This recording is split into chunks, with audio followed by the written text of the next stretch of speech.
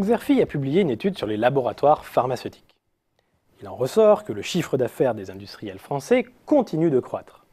Mais comme vous pouvez le voir sur ce graphique, le rythme de progression est de moins en moins soutenu. Selon nos dernières estimations, le chiffre d'affaires des industriels a progressé de 1,2% en 2013, après plus 1,4% en 2012. Et ce coup de frein devrait se confirmer en 2014. La première raison de ce ralentissement, c'est le recul des ventes de médicaments. Mais les difficultés des laboratoires ne s'arrêtent pas là. Il faut aussi noter la baisse drastique des investissements et la multiplication des plans de restructuration. Dans ce contexte dégradé, les mutations du secteur devraient logiquement s'accélérer. L'étude Xerfi vous propose un décryptage des grandes mutations que connaît aujourd'hui l'industrie pharmaceutique. Des mutations qui, bien sûr, n'épargnent pas les opérateurs français. Il y a d'abord la refonte du modèle de R&D.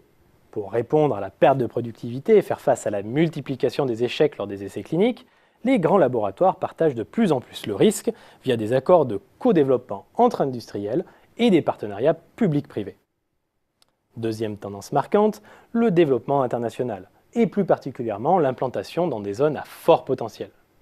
Vous l'aurez compris, il s'agit des marchés émergents, notamment en Amérique du Sud et en Asie, où les ventes de médicaments affichent des taux de croissance à 2 chiffres. Enfin, les opérations de fusion-acquisition, qui restent aujourd'hui un moteur historique des industriels. Mais les laboratoires sont passés d'une logique de méga-fusion à des acquisitions plus ciblées sur des marchés porteurs ou dans une optique de diversification de leur offre. Malgré un environnement dégradé, les laboratoires français ont des raisons de rester optimistes, puisqu'ils ont tous les atouts pour rebondir. Et oui, la France peut compter sur un environnement R&D performant, sur la présence de grands groupes internationalisés, sur une expertise internationale reconnue dans certains domaines, comme par exemple les vaccins, ou encore sur une politique industrielle volontariste. Quand je parle de politique volontariste, je pense notamment au dernier Conseil stratégique des industries de santé, ou CSIS, qui s'est tenu mi-2013. Il a débouché sur 44 mesures stratégiques pour restaurer l'attractivité de la France.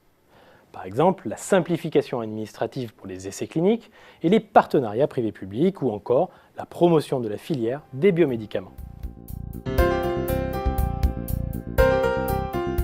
Cette nouvelle étude de référence a mobilisé toutes les compétences et l'expertise des analystes de Xerfi Études. Comme tous les titres de cette collection, elle poursuit un double objectif: dresser un panorama complet du paysage concurrentiel et analyser la dynamique du marché et de l'activité des entreprises.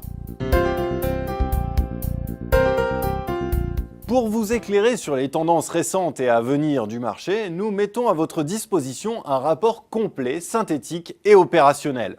L'étude vous propose notamment une analyse pertinente des déterminants du marché, les prévisions du secteur à court terme et les perspectives à plus long terme, une cartographie détaillée des acteurs du marché, au travers de classements, de tableaux de positionnement et de fiches d'identité, et une sélection rigoureuse des faits marquants et des principaux axes de développement de ces mêmes acteurs.